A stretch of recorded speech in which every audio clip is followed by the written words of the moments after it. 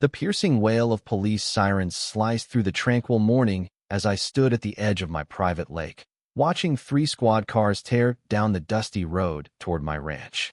I'd just tied my 43-foot Sunseeker yacht to the new floating dock I'd built on the southern shore of my Lockheed body of water entirely on my 120-acre private land in Lake Marigold, Texas. The water shimmered under the dawn's glow, the yacht bobbing gently, as if it belonged. But the HOA across the road had other ideas. Officer Delgado stepped out first, hand resting on his belt, followed by a woman I knew too well, Eleanor Voss, the iron-willed president of the Pinecrest Heights HOA.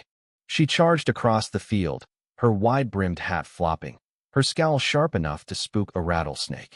Pointing at my yacht, she barked, "That's a maritime violation. You can't just park a yacht in a ranch puddle." I raised an eyebrow. "It's a private lake, Eleanor. And I didn't park it, I sailed it." The officers looked baffled. One scribbled notes like I'd confessed to arson, while Eleanor ranted about zoning laws and visual pollution. Then she dropped a threat. "Move that floating eyesore in 24 hours, or we'll claim jurisdiction over your lake." I smirked. 6 minutes before they arrived, I'd signed papers that turned the tables. I'd bought Pinecrest's prized Marina, the one they used for their fancy events. They didn't know yet, but the truth was about to hit hard. Let's back up. I'm Ethan Ramsey, a 56-year-old retired firefighter, divorced, living on my sprawling ranch with my golden retrievers, Tucker and Finn. I fish, tinker with old tractors, and play jazz trumpet on my porch when the stars align. The lake? I carved it out myself over 2 years, filled it with rainwater, and stocked it with bass and catfish. It's mine, legal, paid for, my slice of peace until Eleanor moved into Pinecrest Heights. From day one, she was a whirlwind of complaints.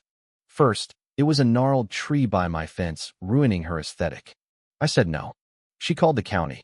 Then my horses were too noisy at sunrise. Then my smoker stank. But the yacht? That broke her. I'd bought it as a retirement gift, a dream sparked by dog-eared boating magazines from my youth. After selling inherited land in Utah, I had the cash.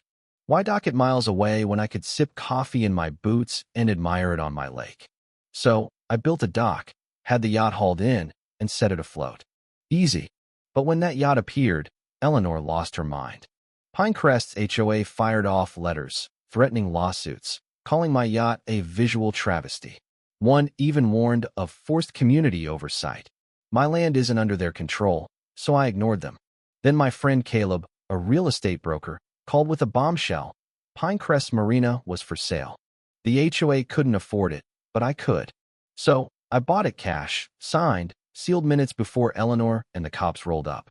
Back at the lake, she was still yelling, calling my yacht a community hazard.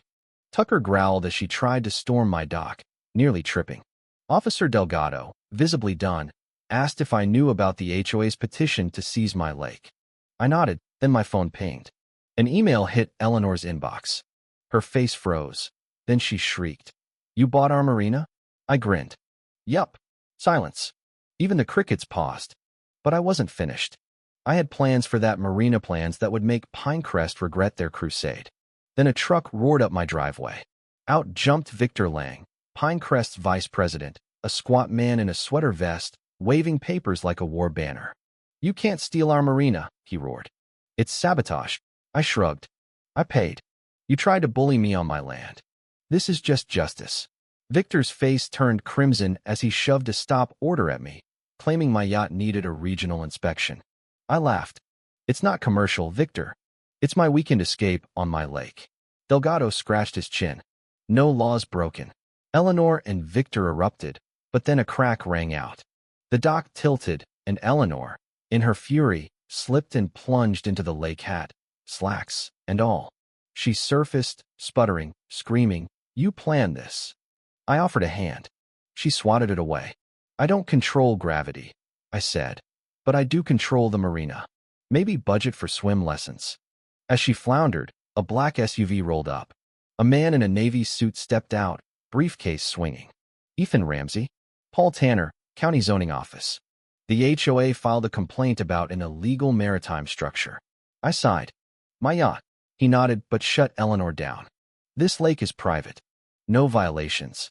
He mentioned an expired Marina environmental report, now my responsibility. Victor smirked, thinking he'd scored, but I handed Tanner a receipt. Inspection's done. All clear. His eyebrows shot up. You're ahead of the curve. Eleanor's face burned as Tanner added, your HOA's event license expired. Reapply. The officers hid grins. I went home, fed my dogs, and thought it was over. It wasn't. At dawn, a knock jolted me. 2 county workers handed me a notice. 9 fake violations, from my smoker's fire risk to my yacht's reflective surfaces. Worse, a land use freeze to choke my property rights. Eleanor's car pulled up, her smile venomous. Community standards, she purred. Victor smirked from the passenger seat. I called my old friend Lauren, a real estate attorney who owed me for saving her family's shed in a fire. File a harassment injunction, I said. She was on her way. That evening, Lauren and I plotted our counterstrike. Then my security camera pinged.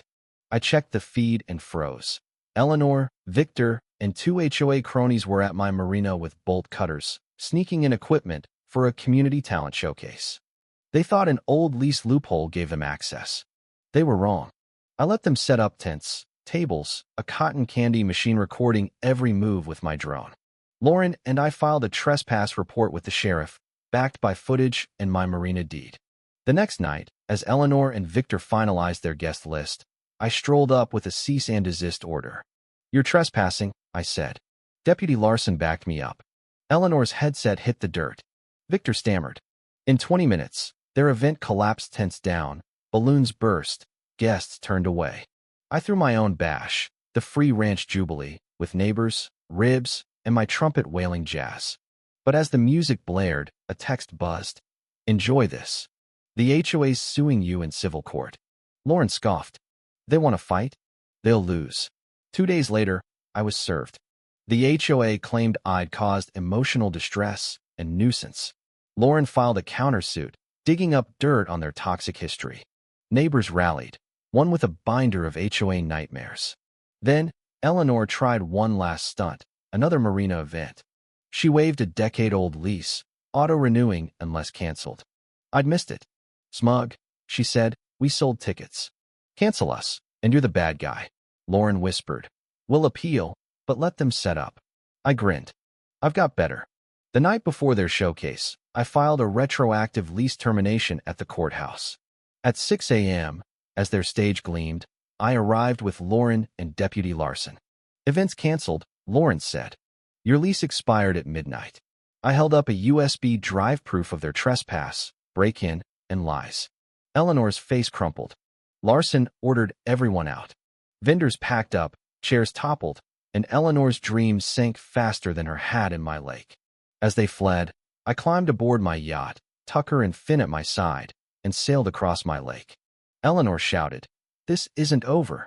I waved. "Hope not. I've got more tricks."